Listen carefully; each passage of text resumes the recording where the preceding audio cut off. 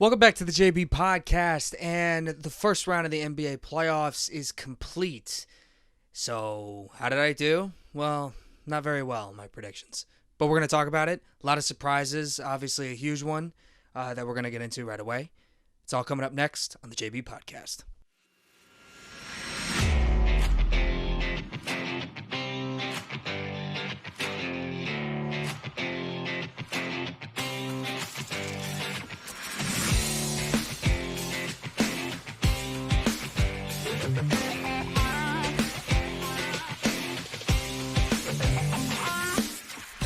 It has been an absolutely insane spring postseason, honestly, in both sports, both postseasons that are going on right now, the NBA and the NHL.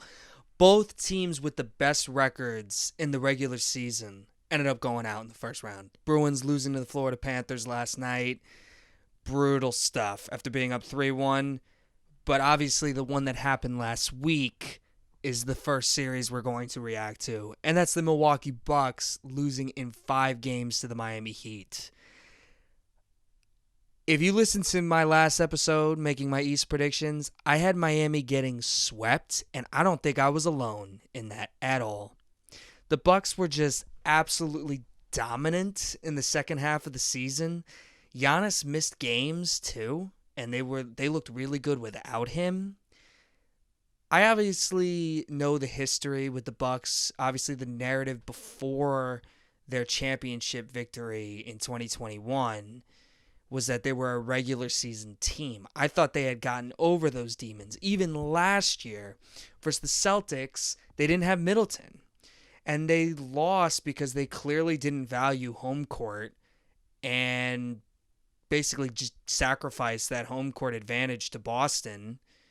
Boston hosted a game 7, and you never know what's going to happen if it gets to that point. Even after being up 3-2, remember that Marcus Smart those terrible turnovers in game 5, and they go to Milwaukee, they force a game 7, and Grant Williams goes absolutely bonkers. And that's the stuff you risk. But we kind of thought of that series as like, well, the Bucks didn't have their second best player in Chris Middleton. Here's the thing, this year Middleton didn't look that great, but he's still a good player. So it was kind of just assumed. This series wasn't even on my mind. When they won game 1, I was like, okay, Tyler Hero's injured. I mean, Giannis got hurt. He'll be back. Weird game 1. Sometimes you get those weird upsets in game 1. Remember a few years ago, Toronto won the championship. They lost their first round game to the Magic, and DJ Augustine had a game winner. So it's stuff like that kind of, you take game 1s in the first round, that first weekend, with a little bit of a grain of salt. And obviously Miami was probably warmed up. They played multiple games. I actually thought the Bulls were going to beat, and they almost did. The Bulls almost took their spot. So this Miami Heat little run here is one of the most surprising things that I've seen in my lifetime. I mean, in my lifetime, I can't think of a team that looked so terrible just a few days. Like, that Hawks playing game was so awful to watch. The crowd was just not into it at all. And now they're in the situation where they're taking down a heavily favorited opponent. And not only that, they were the championship favorites. They were my pick to win the championship. And they're making us folks who believed in the Bucks look like idiots. And I have a lot to say about the Milwaukee Bucks, including the supposed best player in the world, Giannis Antetokounmpo, which I don't think you can call him that anymore. I understand he was injured. Game 1, Game 2, Game 3. He missed all 3 games. I understand that. They played really well in Game 2 without him. It's worth noting that. Because in Games 4 and 5, they should have won. Game 4, chalk up to an incredible Jimmy Butler performance. We'll get to that. That was an unbelievably bad choke in Game 4. And Game 5 was even worse. And Giannis is a great player. He's extremely athletic. His jump shot's improved over the years. I thought those free throw demons had gone away. Clearly not. 13 missed free throws in game 5. 13. He had 38 points and 20 rebounds. He missed 13 free throws. If he was 90% or something like that, he could have had 48, 50, something like that. I mean, and him throwing it to Middleton, not wanting to get fouled. It's stuff like that. And listen, I'll admit defeat here, because I kind of gone back of what I've always believed in, and this is just the truth. You know, Giannis to me is one of the most frustrating players to, because everybody loves the guy.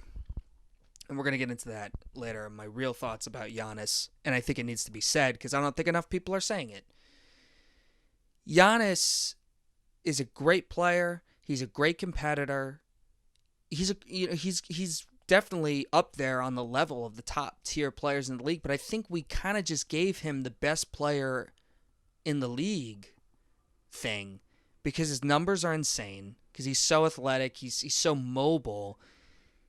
But ultimately, like, can you really close out with the guy? He can't shoot.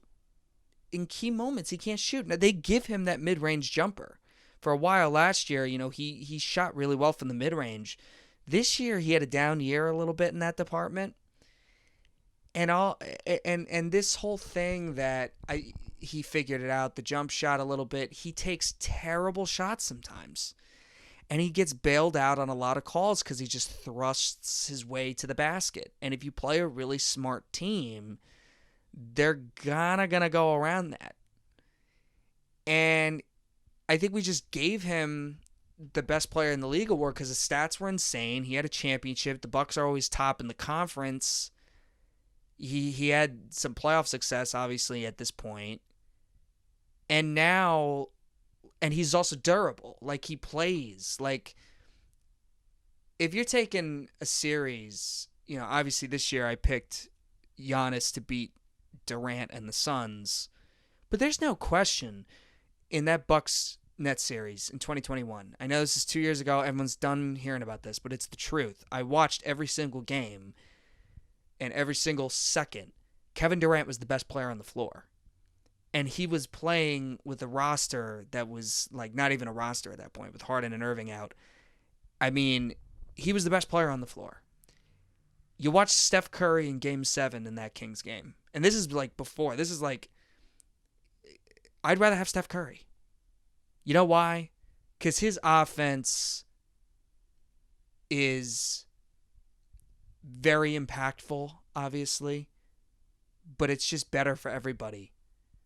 Because he is such a threat to shoot the ball. Everybody else is better. Now, Giannis does make his teammates better in ways. But when you can't go to your best player consistently at the end of games, it's a problem. And let's face it, the Bucks caught a lot. This is what everyone wants to ignore. Because, listen, a championship is a championship. And no one's going to bring this up again. This is why I'm bringing it up now. What happened before that 2021 championship? They had a disappointing series versus Toronto. Lost after being up 2-0. They had that horrible series versus Miami in the bubble. But you chalk it up, the bubble wasn't real, whatever. Drew Holiday gets traded there. Good trade. Really like the trade for them. They almost got Bogdan Bogdanovic. Would have been even nicer. Didn't happen. That year, listen, you obviously got to be really lucky to win a championship. So the Bucks aren't the only team that got breaks. But man, did they catch a lot of breaks that year. Okay? That Miami team they played in the first round stunk. They weren't good. And, this Heat team, I actually thought was worse than that Heat team. And they're not. Clearly. I mean, God. They go on to the second round. They play Brooklyn. Brooklyn absolutely kills them in the first two games. And a lot of people look at those two games and they're like, well, it's just the first two games of a series. The series changes all the time. I understand that. In Game 3, the Nets were down, I believe, like 30-10 in the first quarter. 30-10. The Bucks are just, all right, we're this is our time. We're at home. We're going to now, take care of business at our home floor. They were up 30-10. And guess what? the Nets like erased it in like a few minutes. Like I'm talking 5 minutes. No Harden, just Irving and Durant doing their thing. With those other guys, Bruce Brown. And basically at the end of the game, KD makes a shot that basically almost ends the Bucks season. And in the final few plays, Bruce Brown takes the 2 shots. Horrible coaching by Steve Nash at the end of the show. My whole point is the Bucks barely beat a Nets team that just had Kevin Durant and everybody. Like just a bunch of dudes. Joe Harris, awful. Harden, injured. Irving, out the next game. They caught a lot of breaks. They go to Atlanta. They don't even play Philly. They don't even play Joel Embiid. Obviously, Ben Simmons, was a mess. Still is. And then you're in the conference finals. You're playing in Atlanta. What happens? Trae Young steps on a referee. And he's done, basically. So people talk about the hyperextension on Giannis. And listen, hyperextensions are no joke. But judging on how well Giannis played without him, I'm going to give him credit for that. I'm not going to be like, oh my gosh, like, he was good. People forget, like, when he injured himself, he was going to come back in the game. I forget what game it was, but when he hyperextended that leg, he was going to come back. Also, the Bucks lost the first game of that series to Atlanta with Giannis playing. So, listen, I do think the Bucks would have won that series, but they went to 6 games. Trae Young didn't play for a lot of them. So, they go to the finals, and they beat Phoenix. Like, they beat Phoenix. I'm not going to take anything away from that. My whole point is, this Bucks team, if they don't go on that championship run, or did that championship run hide major flaws? Because everyone was talking about firing Budenholzer after they went down 0-2 to the Nets. Everybody was. Like, oh my God, Steve Nash isn't even a good coach, and he's coaching circles around Mike Budenholzer. Oh my God. They made this big trade for Drew Holiday. Doesn't seem to be working. Right? There was all this stuff. Giannis can't close. All that stuff. And listen, Giannis proved a lot of doubters wrong. He made all those free throws. He had an amazing Game 6. One of the best finals performances we've ever seen. But here's my bridge to Giannis. Because he had this stupid, and I mean stupid thing, like moment after the press conference. The reporter asks a genuinely good question. Is this season a failure? Or is this postseason a failure? And Giannis acts like he's the dumbest person in the room. And he's like, well, listen, did Michael Jordan win the championship every year? It's not the failure. It's steps, right? It's steps, all this stuff. It's not failure. Listen, you can change it into any narrative you want, Giannis. It's a failure. You're not a failure. The players on your team aren't failures. This is just a basketball season. Okay? Do you know what Michael Jordan, Kobe Bryant, all these great players would say? It's a failure. If you lose in the first round to the 8th seed who looked like completely dead in the water just 2 weeks ago, and you lose in 5 games, it's a failure. Okay? And here's what I want to get into with Giannis because, there's a lot of people praising him for what he said. And listen, I'm gonna quote the great Arnold Schwarzenegger. He has this whole inspirational speech online, and he talks about failing, and he says people are worried about failing. There's nothing wrong with failing. Giannis, there's nothing wrong with failing. You come back and you go for it again. And that's basically what he was saying. But it's still a failure. You still acknowledge that it's a failure. You just get back up and you go. You don't give up, right? You're not a loser now. No one's saying that, but it's a failure. It's one of the biggest failures in sports. And for him to just act like a sore loser, which, by the way, he is, there's many moments of Giannis being a sore loser. First of all, when things aren't going right in a game, obviously you're pissed off and stuff, but he gets borderline dirty. He undercuts Kyrie Irving. Clearly an undercut. Kyrie Irving's going, he clearly invades his landing space. Clearly dirty, in my opinion. Listen, you can call me a Nets homer or whatever, but all right, ignore that, right? There was a preseason game this year that I was watching. It was one of the few games Ben Simmons actually was making an impact, and he was playing really good defense on Giannis. And there was a jump ball. So Giannis was getting really frustrated. Ben Simmons was actually playing pretty good defense on him, and they were, Giannis is trying to throw his shoulder, basically trying to into Simmons' chest, trying to really almost give Simmons a contusion in the chest almost. And later on, there's a loose ball. It's a preseason game. Kyrie doesn't even try to go for the loose ball, and his legs are near the ball, and Giannis dives right near Kyrie's legs. Easily could have just ended Kyrie's season right there, or taken Kyrie out for 2 months. It's stuff like that. He, doesn't shoot well from the free throw line after the game, shooting free throws. The Philly workers have a ladder out there. He pushes the ladder. What's up with that? You don't need to do that, man. I get it. Maybe the Philly workers weren't being the nicest people. Take the classy way out. Throwing the ladder on the ground like that is ridiculous. It's childlike. And then Malika Andrews asks a perfectly normal question 4 or 5 years ago in the Raptors series, saying, could you guys gain experience from this? She's talking to Chris Middleton and Giannis just walks up. He asks this question's stupid and just walks away. We get it. We get you're upset. No one likes to lose. But stop acting like a sore loser and accept it. You're a great player. You're a great competitor. No one's saying he's not.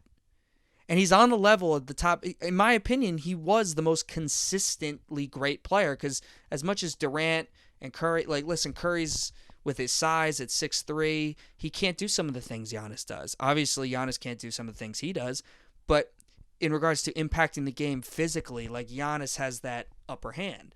LeBron's older. Jokic, his defense is not great. And Embiid struggles in the playoffs. Usually, he doesn't get those foul calls as much. And Durant only plays 45 games. So a lot of people just said by default, I guess it's Giannis. And you know what? I think he deserved that. But you got to take your medicine here, man. Come back next year. Come back ready to go. Make some improvements. Get better. But him saying this isn't a failure, it's bogus. It's ridiculous. And the people defending him, listen, I know when we criticize athletes today, it's a big thing now. Who are you? You're not as good as him. Yeah, obviously. But when you paid all that money and you maybe do some of the criticisms we give on players, it's just not worth, it's just not, they don't deserve it. But in this situation, he deserves it. He's been getting praised for years now. He loses in the first round. It's embarrassing. You know who got criticized like this? Every athlete ever. So Giannis plays in a small market. He gets away with stuff like this. Could you imagine if Durant pushed ladders, if LeBron pushed ladders, if Steph did, walked out of post-game press conferences, not answering the question, not being respectful to the reporter? Listen, reporters ask dumb questions. Those questions were not dumb. Or that question specifically was not dumb. Now, I feel bad for Mike Budenholzer. He apparently lost his brother during the series. So I actually don't know if he will be fired this summer, but you could tell some of the little stuff, man, he just seemed distracted. And you got to feel for a guy like that. Listen, timing is everything. Giannis getting injured didn't help. Mike Budenholzer clearly being distracted on some things. It doesn't help. It's okay to admit this is a failure. Come back next year, Milwaukee. You should still be in the top of the East. Come back better than ever. It's really that simple. So enough of the Bucks. I'm really sick and tired of hearing it, but enough of the Bucks. We're going to move on to the Heat, because the Heat just played so great, and you got to give Spo credit. Just quickly on Miami, because we got other stuff to get to. It's just a situation where Jimmy just proved to everybody. I mean, Jimmy proved me wrong, honestly. Jimmy Butler didn't play that great in some of the playing games. He was absolutely incredible. It's one of the greatest playoff series I've ever seen in person. Just a guy beat an 8th seed by himself. Beat a number 1 seed by himself in Game 4, just carrying that team. Tyler Hero's not there. He's got no one out there who could score at all with him. It's like he's playing with Gabe Vincent, an older Kyle Lowry, who's still an annoying pest defensively. Bam has some offensive skill, but you'd like him to be way more aggressive. Sometimes you forget he's even on the floor. No Oladipo, he can give you some good minutes. But it was impressive to see guys like Kevin Love, who Cleveland should not have let go, Caleb Martin, and these guys just stepped up. And that Heat crowd, I criticized that crowd. That Heat crowd showed up in Game 4 when Jimmy was going crazy. And it's unfortunate that people ripped Budenholzer big time. But, Eric Spoelstra was incredible in this series. He's just if that guy's your coach, you have a chance to win every game. That's not a luxury a lot of teams have. It's just not, especially a guy who coaches even better in the playoffs. That's enough on the Bucks Heat. Let's get to the Knicks Cavs. Another shocker to me. I wouldn't have been surprised. I picked the Cavs in 6. Some people had the Cavs in 5, especially with no Randall. I had the Cavs in 5 if Randall didn't play, but it looked like Randall was going to at least give some minutes for them, some games. So I said the Cavs in 6. Man, the Cavs fell short big time. And Donovan Mitchell looks bad. He makes Leon Rose looks like a genius for not trading for him. A genius. Now, I was of the opinion, first of all, I didn't think Brunson was going to be this good. And anybody who thought Brunson was going to be this good, you're lying. I thought Brunson was a really good player. I knew Jalen Brunson, I had a good feeling Jalen Brunson was going to have a really good NBA career coming out of college. I just liked his game a lot. And when you saw him in Dallas last year, it was like, oh, wow, Jalen Brunson, yeah. You could have even argued last year in the playoffs, I didn't even see that coming from Jalen Brunson. This year, and specifically in that Cavs series, let's just say if you replace Kyrie Irving with Jalen Brunson on the Nets' big 3 with Harden, Durant, Nets probably win 2 titles at least. That guy's a winner. And, it's why I just don't buy into the Trae on Damian Lillard stuff to the Knicks, because I think they just like Jalen Brunson. They want to keep him. He was just incredible. He just took over games, just controlled every aspect of the game. And this is the second year in a row where he bounced out Donovan Mitchell in the first round. And it's even worse this year. It went 6 games last year. This year it's 5. RJ Barrett played much better after the horrible first 2 games. Knicks fans were coming for his head. Thankfully, he showed up. It made the trade not embarrassing. Knicks dodged a bullet. Because they're saving those picks. Don't get me wrong. Listen, the Knicks, especially now with Miami going in the second round, they've had a lot of breaks. I mean, knowing that they beat Cleveland. They beat Cleveland, but they got a big break knowing that, Boston looked a little weird in the first round. You don't know what's up with them, and Miami is now their opponent. And now Jimmy Butler's injured, so that whole situation is weird. The Knicks have a clear path to the conference finals. And, don't get it twisted. That front office is playing with house money at this point. They were just trying to make the playoffs this year. I thought they were going to be a play-in team before the season started. I think most people did. They were not only a playoff team, they were a good playoff team. They won in the first round, and now they have a really good shot to get to the conference finals. They're playing with house money at this point. They're saving those picks to trade for an elite guy. Say Joel Embiid in a few years. If Harden dips, they don't get Dame. Joel Embiid's where's my second co-star? It's probably going to be Nets or Knicks at that point. And don't get it twisted. As much as Knicks fans want to be yeah, we built it the right way. Jalen Brunson, Julius Randle, you did build it the right way. But you're saving those picks for that superstar. And you might be getting it. Because they may look at your destination wow, that's a great place to play, obviously. Things looked like they're going good over there. It's exactly what the Nets did. Only they got KD and Kyrie, and they made the big mistake of bringing in Kyrie Irving. Kyrie Irving's one of a kind, man. But talking about Cleveland, I just want to touch on one more thing with the Knicks. Mitchell Robinson just completely destroyed Jarrett Allen and Evan Mobley. Evan Mobley, not a good series for him. He's still young. I'm going to give him more time, but it was not a good series. Not a good series for him at all. Jared Allen, love Jared Allen, always, and Karis LeVert, always root for those guys. It's the same reason why I said the Nets should have done that Harden trade over and over again. You just do that trade over and over again. Because Karis has been kind of a train wreck since he left Brooklyn. Like, has not reached. He had a few good games with the Pacers. Pacers didn't want him. Right? Now he's in Cleveland.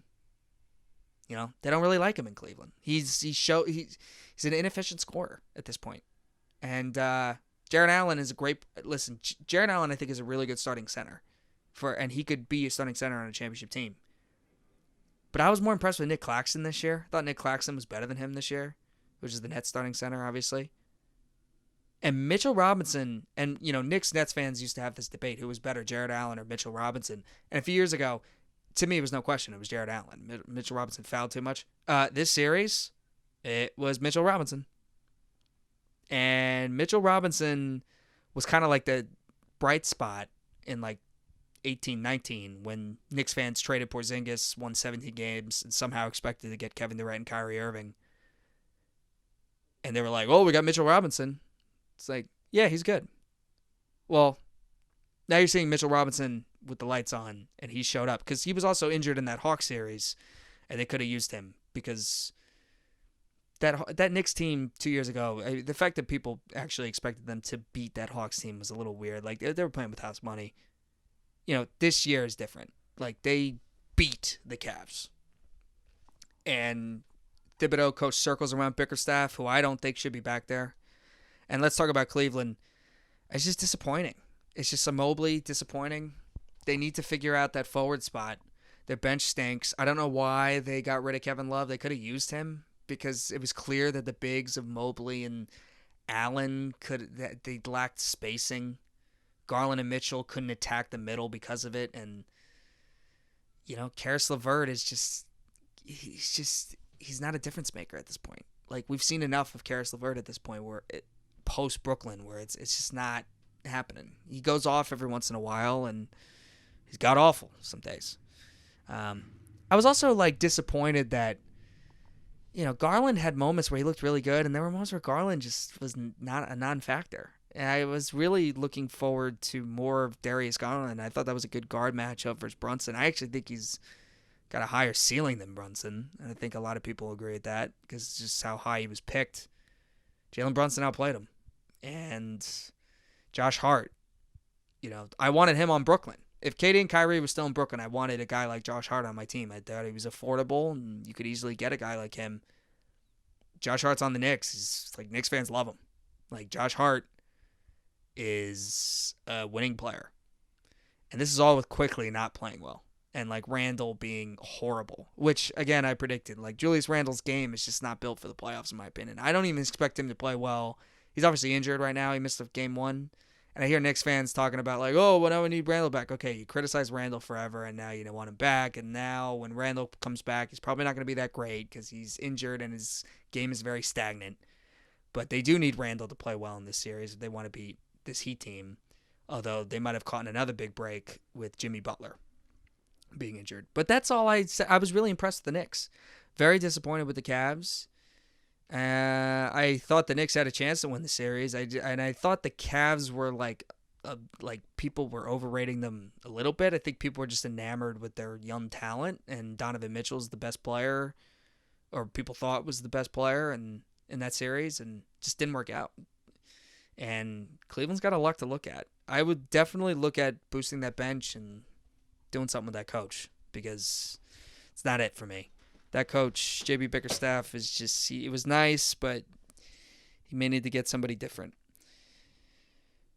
Okay, next, Hawks versus Celtics. Hawks made it more of a series than I thought. Trae Young played a little bit better than I thought. That he did have some games where he was bad. Second half of Game 6 and the first two games, he just didn't shoot great. Mainly because Trae Young has not been a good shooter this year. Murray got suspended. Didn't play Game 5. Trae Young hits a cold-blooded shot. And if I'm a Hawks fan, I'm feeling much better about this season than I did before the series, mainly because I think Quinn Snyder finally got time to actually have practices and really make an impact on this team. I heard recently on Stephen A's podcast a few weeks ago talking about the Hawks, and he didn't think Quinn Snyder was much of an upgrade because Atlanta wasn't playing that great. Because he came mid-season. Like, you can't expect Snyder to make an immediate impact. And you saw it in the playoffs. He did make a bit of an impact, even though they got blown out in game one. I don't love the Murray-Trae Young fit. You heard rumors. We talked about it a few episodes back about Trae Young trade rumors. To me, Atlanta doesn't trade him after this series. He looked better, and he looked like, you could still win with him. That remains to be seen, obviously. He's still young, and especially what they traded to get him, knowing that was Luka Doncic, you might not want to give up on Trae Young. But getting two coaches fired, I can understand maybe the noise. I just don't think they trade him this summer. I don't. They may look to move Murray next summer. There were times where, the team looked to play better without Trae. But in this series, that wasn't the case. Trae Young looked good in moments, and that Hawks team is talented. Like, there was never an issue with the Hawks' talent. The whole thing is that they were underachieving. Right? It's like, wow, they got a lot of guys I like, and they just can't seem to put it together like they did in 2021. So we'll see what happens with them. I think they're going to try and talk themselves into a few little moves, try to improve the defense around Trae Young and the shooting around Trae Young, and have a full off season and with Snyder and try to run it back again. And then if it doesn't work out next year, you can try to see what goes from there. But ultimately, I think we all knew the Celtics. I mean, they made it a little dangerous in Game 6, but I tell you, Joe Mazzulla, he could be a problem for Boston. And I mentioned it before. I think Celtics fans know this. They're not in love with the guy. Like, to go from Udoka to him it's just a downgrade. And you could tell, like, when he plays the bigs at the end of the games with Horford and Robert Williams, it's just weird. It's just like, why not go smaller, And if they do play like a Golden State again, like, they're going to have to do that because, they can, I mean, Derek White's been really good this year. Brogdon's been really good this year. They got a lot of guards that could play. And, I don't know, the more offensive weapons in crunch time, I think the better. But Boston took care of business. And obviously, there's just something weird about them with, obviously, the whole Jaylen Brown situation. You don't know if he's going to stay. People think, like, if he makes All-NBA, he's definitely staying. And I just don't know if that's the case because something just seems off. I think he's really upset that he was in those Durant rumors last year. Seems to be making an impact. And, I still think the Celtics are going to the conference finals. They're my pick to go to the finals after the Bucks just completely choked. They should go to the finals. They'll have a good chance to win the finals. But they got to get some of this late game stuff. They're just a little weird. And they've been weird for a few months now. So it doesn't change my perspective or my prediction in the second round. Who they're going to play Philly. And it doesn't change my perspective, mainly because Embiid is hurt. But last series, we'll make this quick. Nets Sixers. Listen, I'm a Nets fan. I was being over-optimistic. I picked the Nets to possibly push Philly to 6, mainly because I didn't trust Doc Rivers or Harden.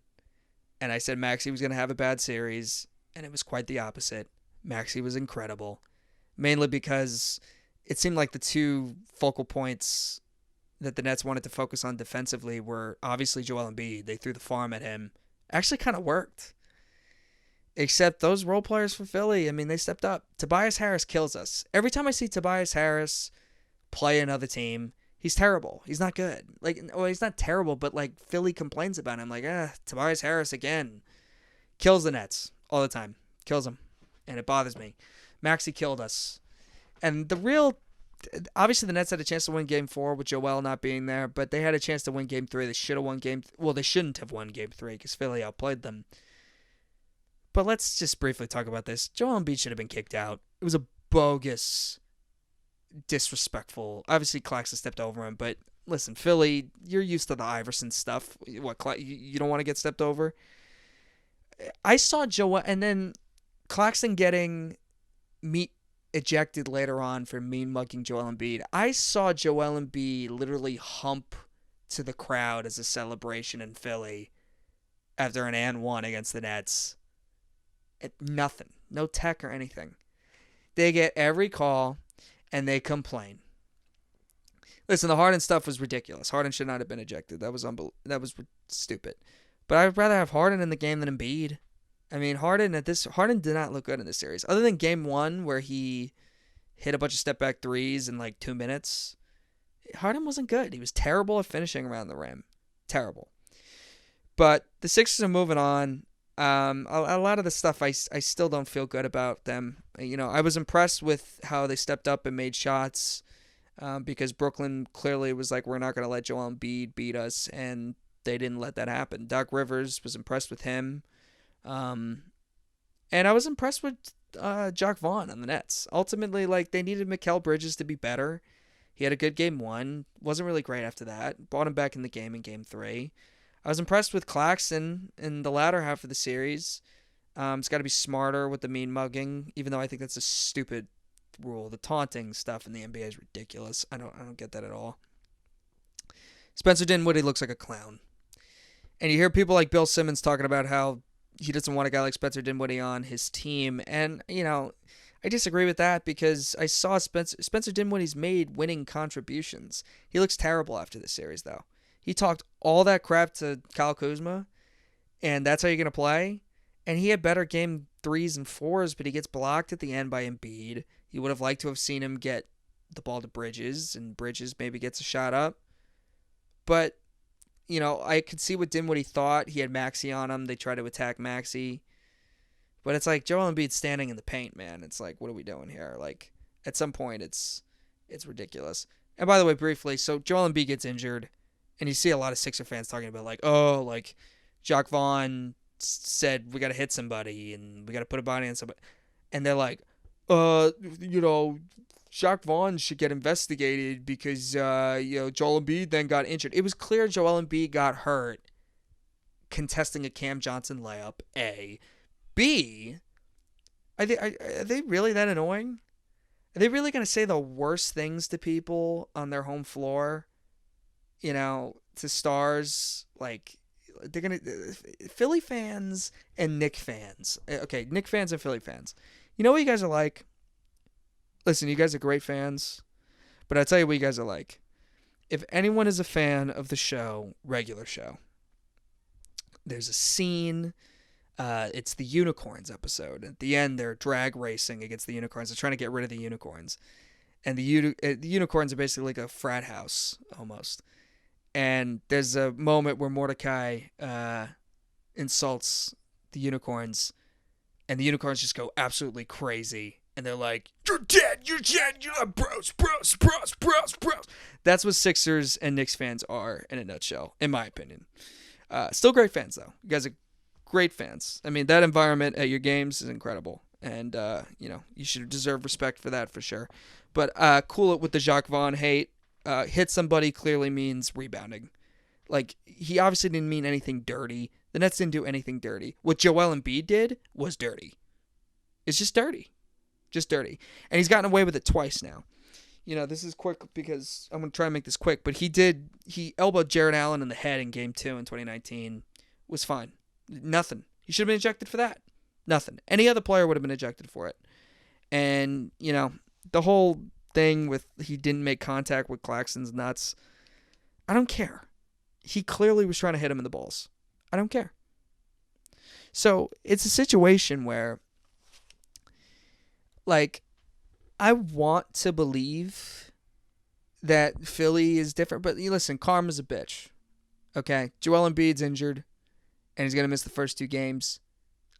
We'll get into Joel Embiid later. The dude's hurt in every playoff series. He gets hurt every year in the playoffs. Every year.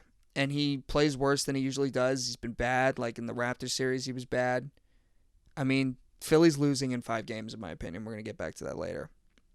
But as far as the Nets, where the Nets should go, they should try to get Damian Lillard. I've been arguing about this with a lot of people. They have enough picks to basically center a pick package. you could trade like 5 first-round picks, and Portland would definitely take that probably. Maybe 4 to 5 first-round picks. Because the Nets have, I believe, the 3rd or 4th most draft capital in the league at this point after the trades for Irving and Durant. To me, it makes more sense to do that because they can't control their draft fate after trading all the picks to Houston, but they swap with those, right? But Houston, the rumors are that they're looking to compete now, so Houston's going to be better. You don't want to reward them. The thing is the Nets can't tank. So you got to compete. You basically got to do what they did before. And they have the ability to trade for a guy like Damian Lillard, who basically can be like the Knicks version of Jalen Brunson, only better because he's Damian Lillard. It gives Dame a market to recruit a star. He plays with a guy like Mikal Bridges. Portland fans who think they're getting Mikal Bridges, you're drunk. It's not happening. And I think it's, Portland is not going to, unless they want Maxey from Philly, because it looks like Harden's going to dip this summer, especially if they lose in the second round. Unfair that is. I mean, just shows how loyal Harden is. I don't think Philly fans are going to be loving the James Harden experience, especially if he dips. So, if Philly would probably need to include Maxey in that trade if they want to like sweeten a deal up for Lillard, like get Portland to say it. But Portland may want draft picks instead. And, if Brooklyn can give you like 4 to 5 first-round picks, plus a young player in Cam Thomas, you give him Simmons, obviously who wants Ben Simmons at this point, but you would take back Nurkic's bad contract in return. And then probably give him Joe Harris, who's an expiring contract, to free up cap room for them in next year, because it would be a rebuild situation. Because that's just how trades work now. These teams that want to blow it up, they want picks. So, and Matt, they already have Anthony Simons, so maybe they feel Maxey's, maybe they like Simons more, and they don't want Maxey and Simons, or who knows, maybe they want Maxey. Just the asset would be nice. But if I'm the Brooklyn Nets, I'm looking to trade for Damian Lillard. I don't want Karl Anthony Towns. I'm hesitant with Trae Young because I think like Atlanta would probably want more. I think if Dame, you saw him at the Nets game, who knows, there were rumors he was going to go to the Knicks game too. Like, he was just in New York to work on his rap albums. But there have been rumors that the Nets are interested in a guy like Damian Lillard. I think they have the assets to do it. And if you pair Lillard with Mikal Bridges, Cam Johnson, Nick Claxton, Dorian Finney-Smith, they probably are a second-round ceiling. Maybe if they overachieve, they go to a conference finals. Who knows? Because the playoffs are drunk this year. Yeah, you can't predict anything. It's just a situation where Damian Lillard going to Brooklyn would finally give him a market to recruit another star. It will give the Nets could still have cap room. They can get a guy like Jaylen Brown or Siakam next year in the offseason because they can still create the cap room. And they still have a bunch of draft picks. If you think the Nets are going to use those draft picks past like maybe this year, then you're basically asking them to put pause to their fans for 6 years. And it's just like stars win in this league. Stars win in this league. Everybody has a superstar. And Damian Lillard would be refreshing for Nets fans. A duo of Damian Lillard and Mikal Bridges. And listen, I think Claxton has he had an all-NBA defensive year this year. I mean, I don't think he's an all-star, but he's, an all-star on some nights, I mean, if this was 2013, he would be for sure. Back when there was no centers that could have any skill. But, Claxton's not afraid of guys like Joel Embiid. He's just not. Joel Embiid's better than him, but he's just not afraid. And I like guys like that on my team. And if you put Dame, Claxton, and Mikal Bridges together, those guys are going to play. They're going to play. They're going to take the regular season seriously, and they're going to give you no BS, which Brooklyn Nets fans deserve after the stupid, unloyal, lack of leadership team that played there in the last 4 years. It's just, tried everything you can to get rid of Simmons in that deal and just go from there if I'm the Nets. But I like Jacque Vaughn as the coach. A lot of Nets fans aren't sold on him.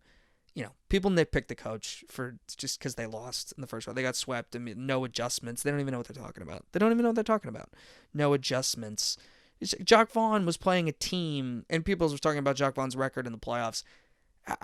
Counting the 2020 bubble year is insane. The dude had no players with him and playing a Raptors team that was better.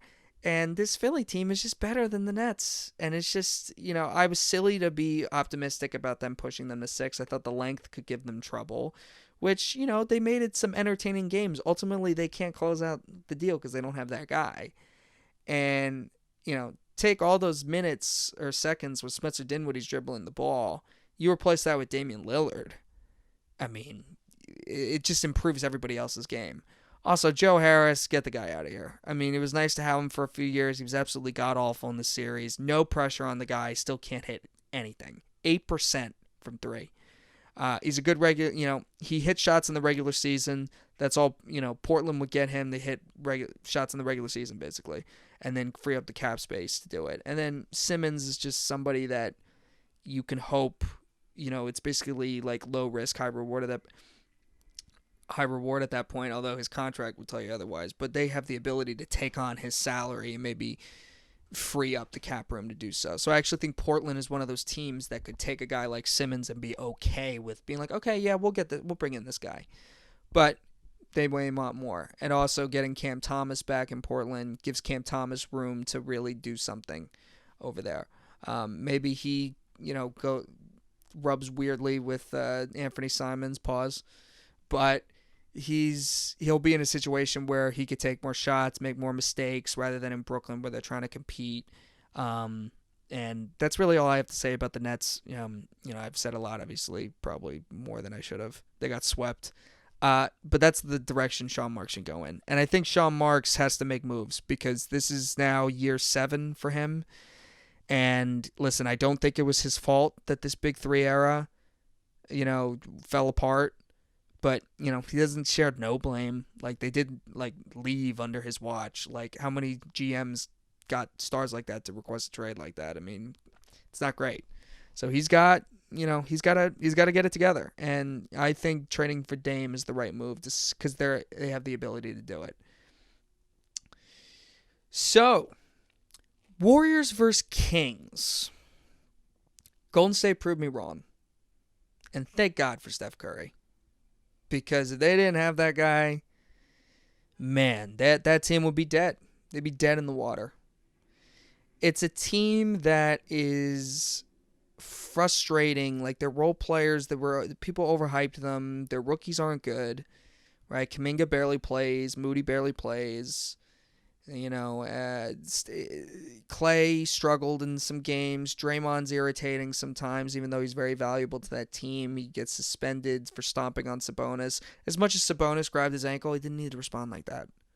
Like, come on, dude. You got to be better than that. Especially, he almost cost his team to go down 3-0. But because of the greatness of this guy, Steph Curry, who's the best point guard I've ever seen in my lifetime, you could debate him and Magic Johnson, I guess, but he just scored the highest amount of points in a Game 7 ever. In a blowout. He basically, it was looking frisky for the Kings in that first half, and Steph just took over. And when Steph takes over, the team usually follows. Because when he's out there, it's just easier for everybody. And, I made the mistake of assuming this Warriors team was similar to last year's Nets team, where they could, they struggled to put things together in the regular season. And I ultimately don't trust teams like that in the playoffs. Wiggins looked better than I thought he was going to be. And, Golden State's, I kind of hate it when people are like, oh, the experience, championship experience, blah, blah, blah. But in this case for them, it was important. And it leaves a distaste in Sacramento. Listen, Sacramento had a great year. But as a Kings fan, as much as I feel like they shouldn't have anything to be ashamed on, they had a missed opportunity. They were up 2-0 in the series with Draymond suspended Game 3. A big, valuable part to that team. They should have won Game 3, and they didn't. Meaning, they should have obviously Golden State, outplayed them. But before that game, Sacramento's got to be we got to take care of business. It's almost like they came into that game thinking it was going to be easy, and it wasn't. And then Game 4, listen, Harrison Barnes, I don't trust that guy in the playoffs. Misses a wide open 3. Just another playoffs where Harrison Barnes isn't good. It's concerning, and they may need to upgrade that in the offseason. Sabonis, big time struggles, and that's concerning. Listen, he played okay sometimes, but that game 7 was troubling. They were leaving him wide open. And it's a killer of confidence. If you're that good, especially if you're Sabonis, if you're that good, who is like, he was like an MVP candidate this year. Defensively, he's not good, but just had a great offensive season. They're leaving him wide open from mid. And just in and out. Just the confidence. You could tell he was like trying to like almost throw it in. Like it was kind of hard to watch. Listen, a lot of people gained confidence in Fox's career. There was a lot of people saying Fox was empty stats, just bad decisions at the end of he was won the clutch player of the year this year. De'Aaron Fox can play. And the Halliburton trade, while it pissed off many people, I didn't see it as an abysmal trade at the time. I just didn't. Because I think Halliburton is really good, but I just think sometimes people overrate Halliburton a bit, even though I thought the Knicks should have took him over Toppin. Like, ultimately, I think Halliburton is awesome. I think he's a great player at this age so far, but Sabonis isn't a bum. Like, I don't know if they make the playoffs with Halliburton and Fox together. Like, that big fits well with Fox. And Malik Monk. Listen, when Malik Monk came into the league, I was shocked how bad he was to start. And listen, he was in a rough situation in Charlotte. He showed moments in Charlotte. He was like the bright spot in a dark alley. Like like when you see a dark alley and there's like one lamp that's like working, it's like flickering a little bit. That was Malik Monk last year for the Lakers. So him going to Sacramento, I completely forgot. Like, it just went over my head. I was like, oh yeah, Fox and Monk were like awesome teammates at Kentucky, and those guys like love each other. And he goes to Sacramento. It was just so cool to see. He struggled in Game 7. It was clear Golden State didn't want him beating them. But there's a lot to look forward to Sacramento. But there is part of you that's like, they lost. After showing up in Game 6 like that. You lose 2 games on the road to a team that won 7 games on the road this year. They won. This Golden State team really struggled on the road. I know it's Golden State. But this Golden State team is not last year's Golden State team. It's not like the dynasty Golden State team. It's a team that's really flawed that just happens to have like a top 7 player of all time. Can we say that at this point? You tell me you wouldn't take Steph over a lot of guys that people like to list in that top 7, like Wilt. Tell me people don't like Magic. Curry's already a debate. So Curry has a chance to really solidify himself as possibly a top 5 player this year. If that team wins a title or just goes to the finals, that dude's incredible. And enjoy it because he's 35. And we're going to get an incredible series between him and LeBron, which, a few months ago seemed like an afterthought. Like, no way that was happening because they were going to finish lower in the standings. Just didn't happen. So that's that with Sacramento. And the Warriors. I picked the Kings to win this series mainly because I just didn't trust Golden State on the road. And Steph needed to be incredible. And he was. That's the thing. And for Golden State to win this series, they needed Steph to be insane. And he was. There's nothing I could say about that. So, congrats to them. Lakers Grizzlies. This is the one I usually regret the most in my predictions. I picked Memphis in 7. I feel like an idiot. This Memphis Grizzlies team is a disgrace. And I know that seems harsh. Because it is. It is harsh. They're young. Desmond Bane's really good. John Morant's a young kid. He's going to make mistakes, but super talented, right? Jaren Jackson Jr., really nice player, right? Obviously, it was an all-star this year. He had his best season. Good coach, Taylor Jenkins. They got that grit and grind mentality. This Grizzlies team is so unlikable. And listen, I'm gonna pat myself on the back here. I am, because I didn't like this Grizzlies team's attitude for a long time. When they were making fun of the Nets, I think this is 2020. They blew out the Nets. This is like This is one of Kenny Atkinson's last games before he got fired. Blew out the Nets on their home floor. Remember how the Nets used to dance a lot in 18-19? That year, like, Memphis was blowing them out, and Memphis was doing the same thing on the bench. They were making fun of how Brooklyn was dancing. It was like Dylan Brooks and John Moran, all those guys. That's when, like, it raised my eyebrow. I was like, oh, these guys can be real assholes. And it's not shocking to me that this team is as unlikable as they are now. Listen, I'm not saying back then I was saying, wow, I hate this Grizzly, but John Morant with his yarn hairs, and this whole thing, it's just all unlikable. And the dude plays like, like a reckless animal. Like, it looks great sometimes. It looks ferocious. It's entertaining to watch. That dude's going to get himself hurt. It's only a matter of time. I've never seen a player play like that. Maybe Westbrook. Westbrook doesn't do the stuff that he does. Just carelessly just throwing himself into bodies.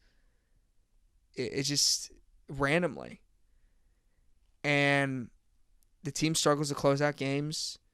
I don't know if Brandon Clark, Steven Adams was that big of a...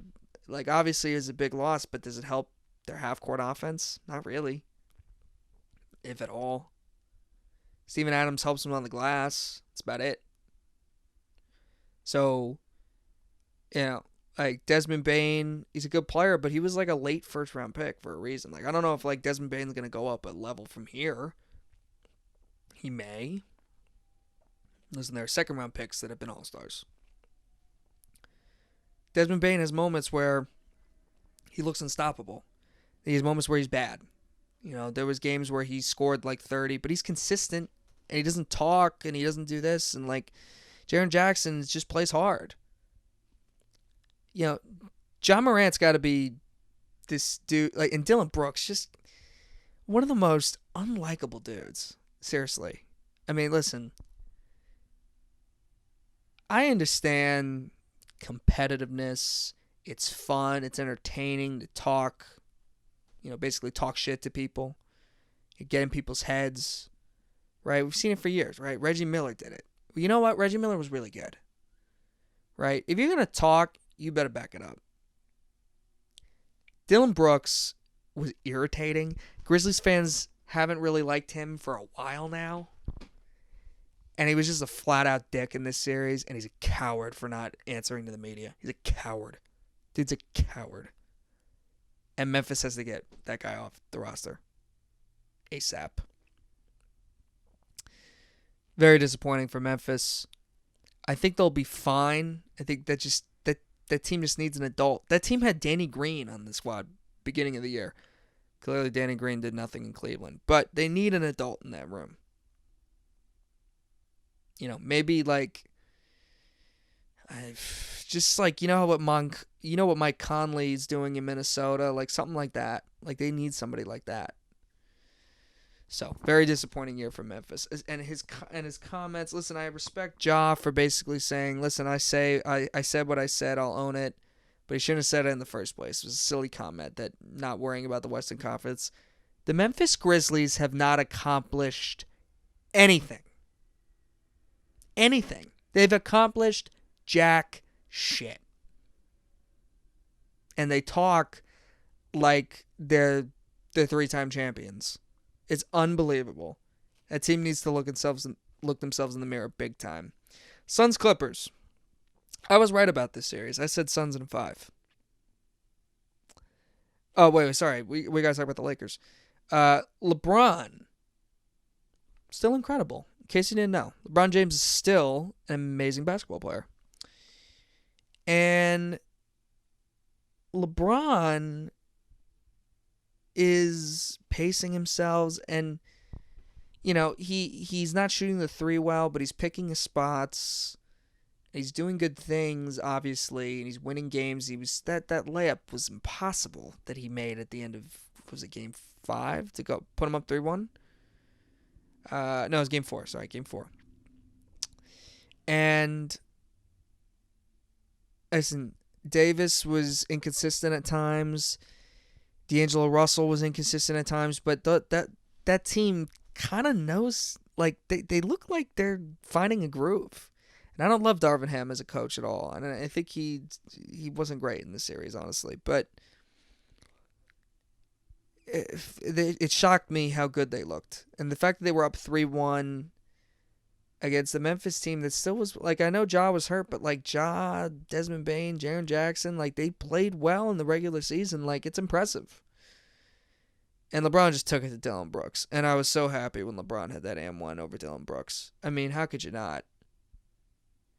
Listen, if LeBron can take this Lakers team to the conference finals or the finals, that's really impressive. It would be like more impressive than some of his, maybe not his championship rings, but just like the thought of that is like, wow, like LeBron dragged this team. Now, the team is obviously a lot more talented, and LeBron's a big part of why that team was in such a bad situation, forcing the trade for Westbrook instead of settling for Hield, adding shooting and keeping KCP, and it's still a situation that's pretty impressive. The team started out 2-10. Like, I love how people thought Frank Vogel was the problem. He's not. It wasn't the problem. It was a bad team. People killed Pelinka for LeBron's mistake forcing Westbrook. I mean, Pelinka did with one of those Laker picks. Like, people are saying trade for Kyrie Irving. Kyrie Irving's a mess. You don't want Kyrie Irving on a team right now. You just don't. Why would you pay that guy 4 years? I can't believe Dallas is going to do it, because they're going to do it.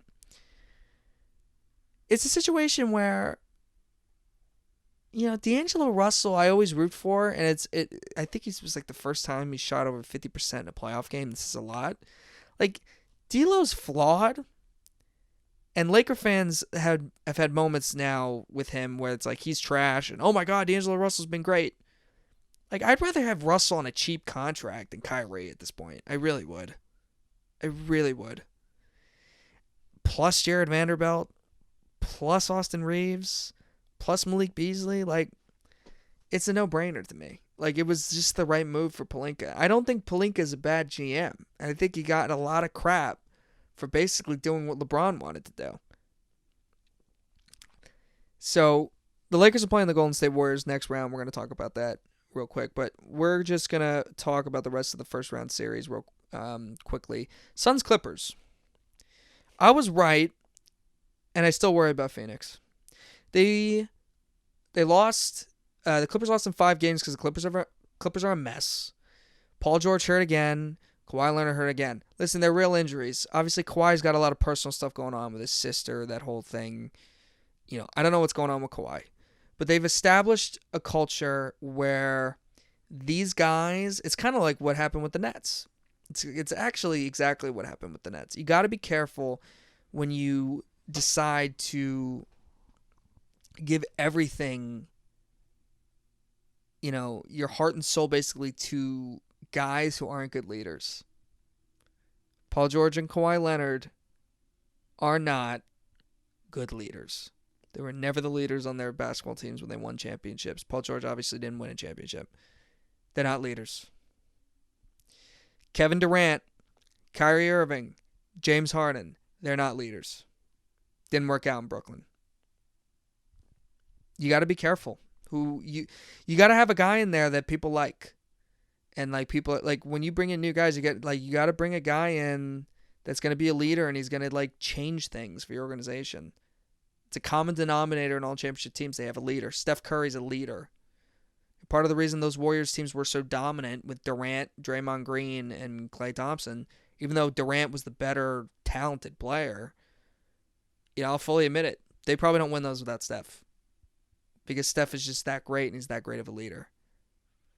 And I learned that the most after this Brooklyn tenure. And this Clippers situation that they're in right now, they're moving into a new arena soon. They're probably going to keep Kawhi and Paul George, but they got to take the regular season seriously. And I don't know how they're going to do that with Kawhi's knees like Swiss cheese. Like, Kawhi Leonard's knees are literally like Swiss cheese right now. And it's sad because he was playing really good. He was awesome in game 1. Like, took it to Durant. But he's heading into the back half of his career.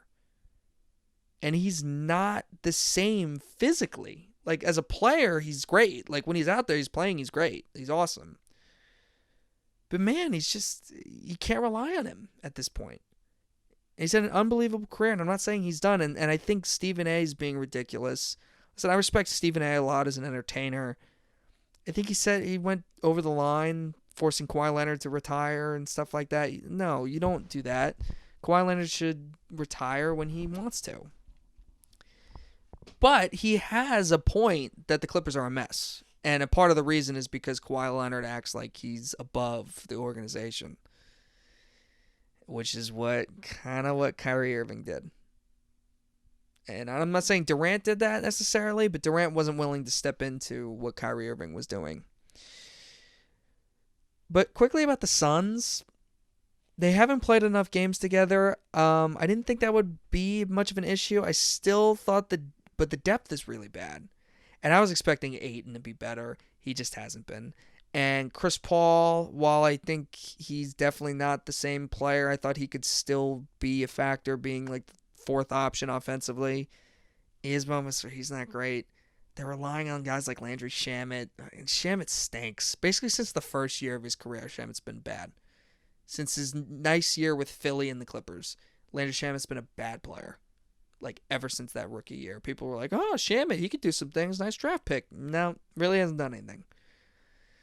So, even though I was right that Phoenix won in 5 games, they lost game 1 versus Denver, and I don't feel great about them.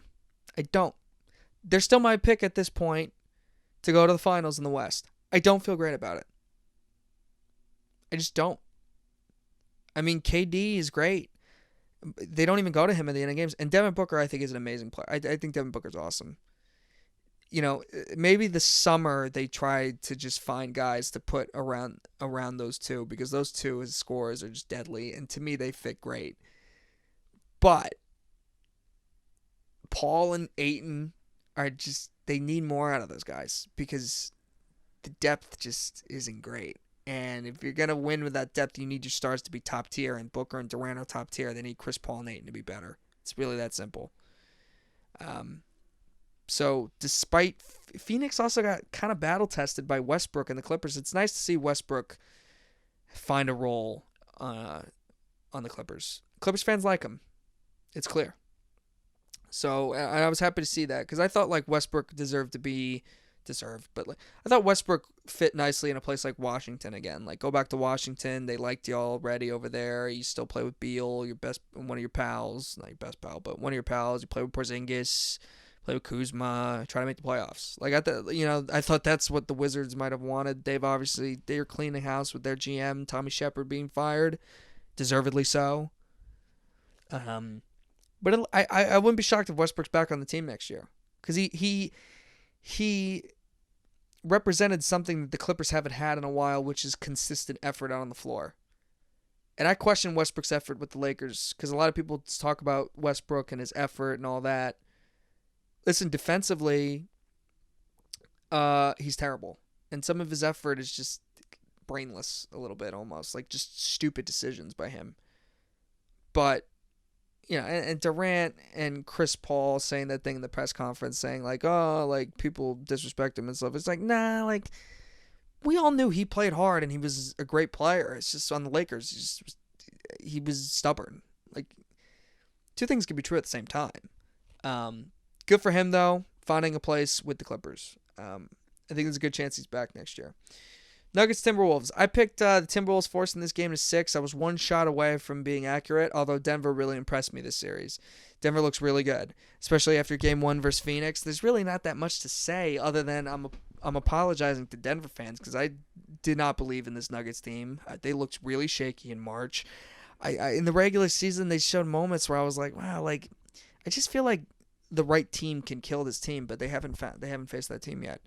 I just assumed Chris Paul, Kevin Durant, and Devin Booker are just going to eat this drop coverage. It just hasn't happened. It just didn't happen in game 1. They got to play better. Durant turned the ball over a lot. But against Minnesota, Listen, Minnesota showed flashes. I was impressed with their play-in efforts. I think Mike Conley's a keeper. I'll be shocked. I'll be shocked, but like, I really am curious to see what they do with Cat and Gobert because it didn't work. And Cat played better in the playoffs than I thought he was going to. And Gobert punched a guy. And Kyle Anderson, to me, they just like Kyle Anderson better. And Kyle Anderson's a guy who has a good reputation around the league. I mean, look what happened when Kyle Anderson left Memphis. Look where Memphis is right now. Although Ant's a building block. Like, Ant was awesome. Like, I just like his comments. He's a fun guy to root for. He plays, gives his effort. Remember the whole thing about Edwards coming in was like, does this guy really give a shit? He gives a shit. This guy is going out there and he's playing. And he's playing hard. And I kind of wish that shot went in. Like, that was like, it was online. It was online. Just back iron. I was really impressed with Denver. If they get Jamal Murray, so we're going to talk about, this is a good transition to talk about Suns Nuggets at this point because, well, let me just finish with Minnesota. Minnesota needs to figure out what they're going to do because with Cat and Gobert, it's not working. And it'd be weird to me if they just run it back. If I were them, I would try to trade Gobert. I think I'd rather keep Towns because I think Towns fits better with Edwards because he can space the floor and it allows Ant to get downhill. If they're so in love with Gobert, I mean, that's weird to me. I just don't see it. I haven't seen it for the past few years with Gobert. To me, Gobert was an overachiever. Played a really big part on that Jazz team. He made sense in Utah. Donovan Mitchell at least makes sense in Cleveland. Gobert makes no sense in Minnesota. Considering what they gave up for him, it's ridiculous. It's one of the worst trades in recent memory. And I didn't like it at the beginning. It's way worse now, especially after he punched a guy. So I'll be very curious to see what they do. They got to figure that out because Minnesota had a brilliant future. They had Cat, Anthony Edwards. You could always move on from Russell, but they had this young group and all this flexibility, and they just dumped it on Gobert. They just dumped it, and I don't get it. I don't understand it. So we'll see. You're hoping as a Timberwolves fan, you're hoping for the development of Edwards to be a top 10 player in the league, which I think he can be. And history shows you need top 10 players to win in the league, to win championships, and that's what Anthony Edwards I think can be. So yeah, that's enough of Minnesota. Phoenix, Denver. I'm not backing off my Phoenix winning the series. But I'm backing off Phoenix winning in 5, I think, which is what I originally had.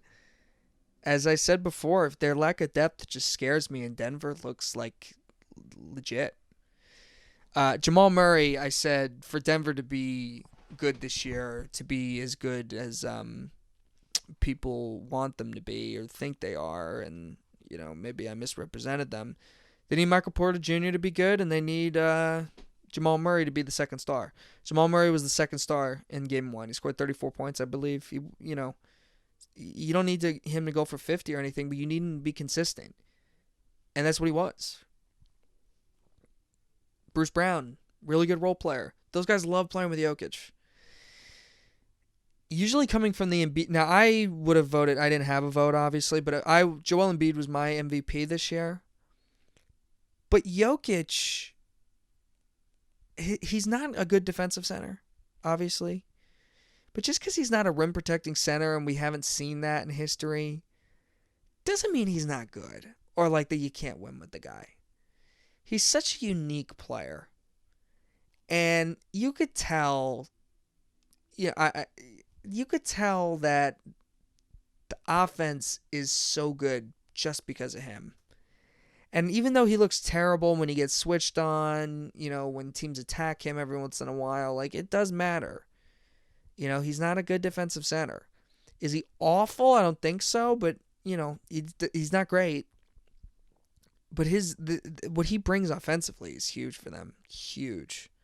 It's so valuable, especially because I look at the individual players on Denver and I'm like, they're pretty good players, but are they great? Like, is Jamal Murray an all-star? No, he's not. Is Michael Porter Jr. an all-star? No.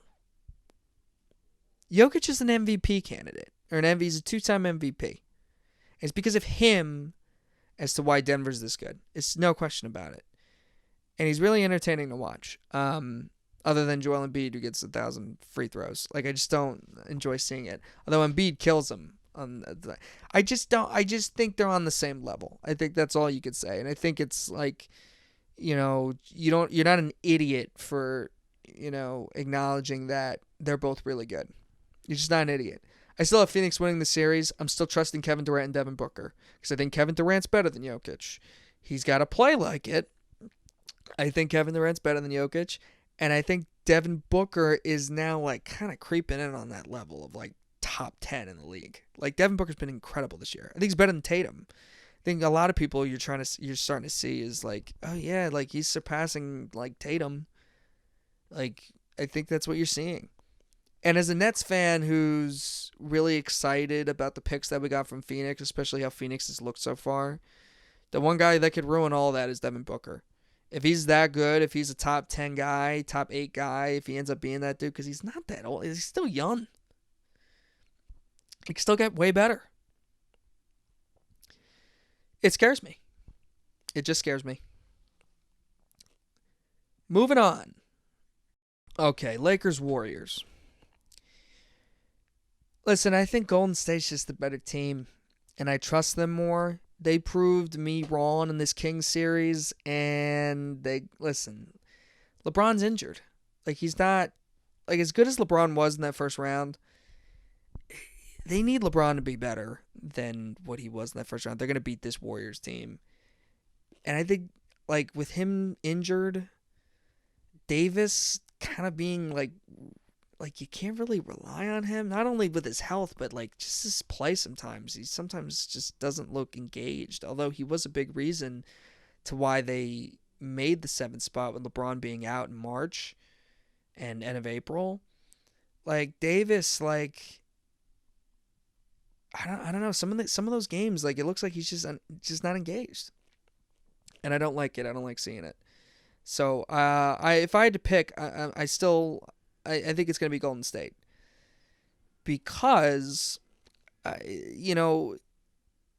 listen, congrats to the Lakers. They can totally win the series. They could totally win it. I said in my last podcast in the West predictions that I think the winner of Memphis Lakers could go to the conference finals. I just don't like their coach. And I think Curry is better than this version of injured LeBron. But I'm still taking Golden State in 7. So it's going to be close. Because the Lakers' size could give Golden State issues. And the Lakers have looked like a completely different team since the deadline. Their confidence is growing. So that's really all I have to say. I have Golden State moving on. I have Golden State Phoenix would be freaking awesome. That would be awesome. If we get Durant versus Golden State. Ugh, great. Knicks Heat, moving back to the East. So Knicks lost game 1. Jalen Brunson had 7 turnovers. Was it 5 turnovers? I forgot, but he missed a lot of threes. He didn't make one. Josh Hart's airballing shots. No Randall. They need Randall in the series. I still think the Knicks should win. I had the Knicks in 6. Jimmy Butler is going to be banged up. It's an ankle injury. It's a serious ankle injury, it looked like. He was hobbling. To expect Jimmy Butler to be anything he was in the first round is ridiculous. And Miami's already losing Hero. Eric Spoelstra's reaction after Jimmy Butler's injury is all you need to see. Like, to me, game 1 was a bad loss for the Knicks. Like, bad. You lose that game at home. I think Knicks fans are kind of... The reason why they're not crapping on the Knicks in game 1 is because Jimmy Butler's injured and they feel like they can get back in the series. Because of that. Because Brunson... Because the Knicks should have... After the first half, they looked really good. Miami winning that game I couldn't believe they won the game. Like, the Knicks just were completely outplayed in the second half. They cannot lose the series, and if they lose game 2, I don't think it's over yet, because if Jimmy Butler's like not Jimmy Butler, obviously you're still in that series. Knicks got to win game 2 though, I would say. Like I said, I don't know if the series is over. Like traditionally, when you lose both games at home, it usually means it's over. If Miami's decimated with injuries, you know, I'm not gonna be too hard on them. Knicks can't lose this series though, because if the Knicks lose this series, all the momentum they've gained, and you can listen, you can disagree with me. You know, they've had a great season, and ultimately on paper they would have had a great season. But knowing that if they lost to an 8th seeded Miami Heat, I don't care if the Heat beat the Bucks. Like I don't care. You had a clear opportunity to go to the conference finals, and if you don't, like if they go to the conference finals and lose in 5 or 4 to Boston, that's one thing. The series is a success there. But losing to Miami in the second round is bad. It's not good. They should win the series. They got a lot of good momentum. You know, hopefully Randall's back and he's healthy for them. I would love this series to go 7 games. I just think with Butler's injury, though, that ankle injury looked bad. And we'll see. He's a warrior. I'm sure he'll come back ready. But, I just don't to expect him to score 50 is ridiculous. They need Bam to step up is what they need. So I have the Knicks winning in 6. Doesn't mean they will, though, because that game 1 was a bad loss. And they're fine, mostly because Jimmy Butler's injured. If Jimmy Butler was healthy, I'd feel a lot worse about picking the Knicks in 6. And just the last second round series, Celtics Sixers. Joel Embiid's not missing is missing the first 2 games. Injured again in the playoffs. Joel Embiid's a great player. He's irritating to face because of just how kind of like annoying he is. Just little things like that, and he gets every call, and he'll still complain for foul calls. Philly is easily like the team. Philly and Dallas are the teams that complain the most for foul calls. Maybe the Lakers too. Lakers complain as well. It's tough to watch. Harden complains. Doc Rivers complains. And PJ Tucker complains. And Joel Embiid complains. PJ Tucker was very valuable for Philly in the first round. They need his offense to be better if there's no Joel Embiid. And I'm not seeing it. Harden, I'm not seeing it against the length of Boston. Just not seeing it. And Tyrese Maxey is going to have to step up again and probably be even better if Philly wants to split with Boston here. This Boston team is weird. I'm not saying Philly doesn't have a shot. I just say the betting odds, like Boston should kill Philly in the first 2 games. If I'm being really honest. Like, they should kill in the first 2 games. And you got to make them force Embiid to come back. If I'm a Celtics fan, if I'm the Celtics in general, you got to force Philly to bring back Joel that's like hobbled. You can't make this a series. Like, you can't split in Boston and then maybe they can afford resting Embiid 1 more game. You just can't do it. And I don't think they will. I believe in... Listen, Atlanta was a really talented group. Probably underestimated them because I think Snyder finally had time to coach those guys. This Philly team is not the Philly team that we saw in the regular season. And, they could probably do what Brooklyn did, like when Joel Embiid comes back. They could probably do what Brooklyn did even better because they have talented wings that could actually like make their threes. Like, it's not going to be Royce O'Neal and Joe Harris shooting threes. It's going to be legit guys. It's gonna be Al Horford. I know Al Horford's a big, but it's gonna be like Jaylen Brown, Jason Tatum. Like that's who's gonna be shooting these threes. Derek White, right? Malcolm Brogdon. So listen, Harden his finishing around the rim was so bad in the first round. I just can't see how he's gonna be good in this series, especially with Robert Williams down there.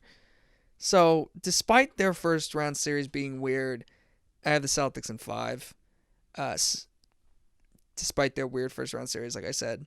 Celtics in 5, beating Philly. Well, that is today's installment of the JB Podcast. It was a very long episode today. I really appreciate you guys listening to it. I promise you, next episode we're going to talk more film. because I have caught up with a lot of the films that came out this year, and I want to do one big podcast talking about multiple. I just got out. I just saw Beau is Afraid, which is a very, very divisive film. Very interested what you guys think of that. And I'm not going to tell you what I thought of it until the podcast. So that's it for the JB podcast. Thank you for listening to me for over an hour here. You guys have a good day.